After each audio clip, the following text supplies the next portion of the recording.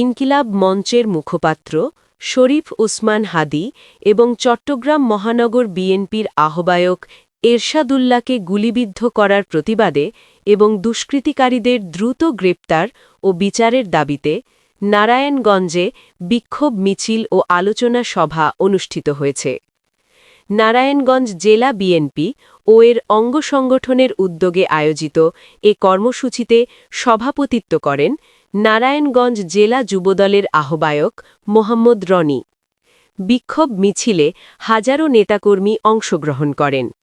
এ সময় উপস্থিত ছিলেন ২ নম্বর ওয়ার্ড বিএনপির সাধারণ সম্পাদক মুক্তার হোসেন মুকতুল, সভাপতি জাহাঙ্গীর হোসেন, গাজী মনির হোসেন সভাপতি ১ নং ward BNP, Golzar Hossain senior সহসভাপতি, রাজা মিয়া সহসভাপতি, নুরুদ্দিন সাগর সহসভাপতি এবং মোহাম্মদ মামুন মিয়া সিনিয়র সহ-সাধারণ সম্পাদক, আবু তাহের মুন্সি সহ সাংগঠনিক সম্পাদক মোবারক হোসেন, রাসেল মিয়া সহ অন্যান্য নেতৃবৃন্দ।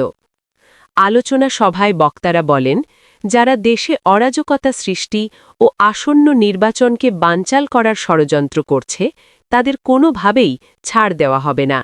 তারা দুষ্কৃতিকারীদের বিরুদ্ধে কঠোর ব্যবস্থা নেওয়ার আহ্বান জানান।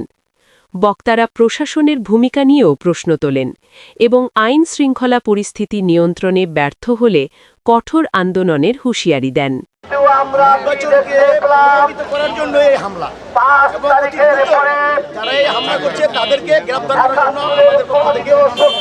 অনুরোধ করা হচ্ছে এবং অতি দ্রুত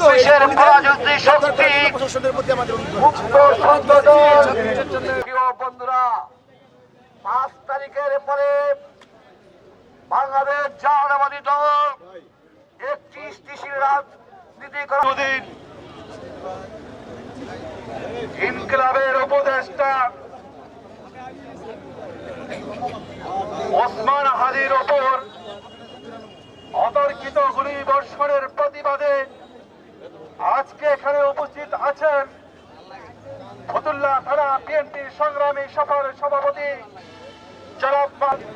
আপনারা ইতিমধ্যে জানতে পেরেছেন আজকে যে আমাদের এই প্রতিবাদ সভা হলো আমাদের ভাই গতকালকে হাদীকে আপনার গুলি করা হয়েছে। শুধু হাদী নয়, এর আগেও আপনারা জানেন চিটাঙ্গে আপনার আমাদের এক অঙ্গ সংগঠনের সদস্য সচিবকে গুলি করা হয়েছে, চিটাঙ্গে এক প্রার্থীকেও আপনার গুলি করা হয়েছে।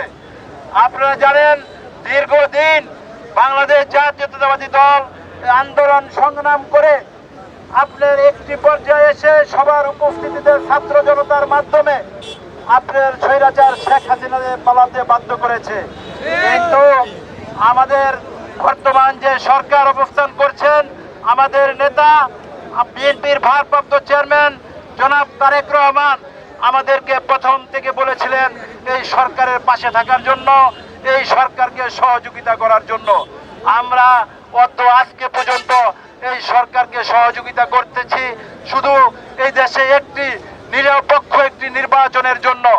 আজকে দীর্ঘদিন স্বৈরাচার শেখ হাসিনা আপনারা দেখেছেন দিনের ভোট রাতে করে আপনারা বারবার আপনার দুর্নীতির মাধ্যমে তিনবার আপনার এই দেশে আপনার পরিচালনা করেছিলেন। কিন্তু দুঃখের বিষয় আজকেও আমরা দেখছি যে সেই স্বৈরাচার শেখ হাসিনার প্রেতাত্মা আপনার বর্তমানেও আপনার বাংলাদেশে ভর করছে। বানচাল করার একটি ষড়যন্ত্র, দেশ বিদেশ মিলে এই ষড়যন্ত্র লিপ্ত হচ্ছে।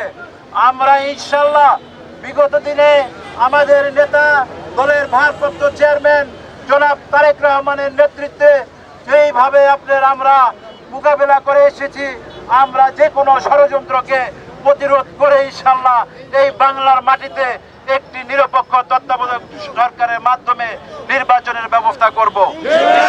আপনারা দেখেছেন বর্তমান সরকার তফসিল ঘোষণা করেছিল গত পরশুদিন, পরের দিনই আপনার গুলিবিদ্ধ।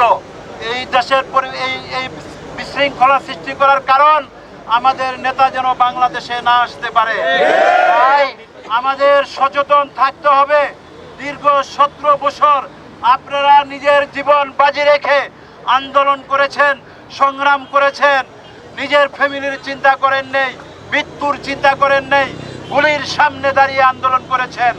ইনশাল্লাহ আমি মনে করি তার চেয়েও যদি কঠিন সময় বাংলাদেশে আসে, এই বাংলাদেশ জাতীয়তাবাদী দলের নেতা কর্মীরা মোকাবিলা করেই সামনের দিকে এগিয়ে যাবে।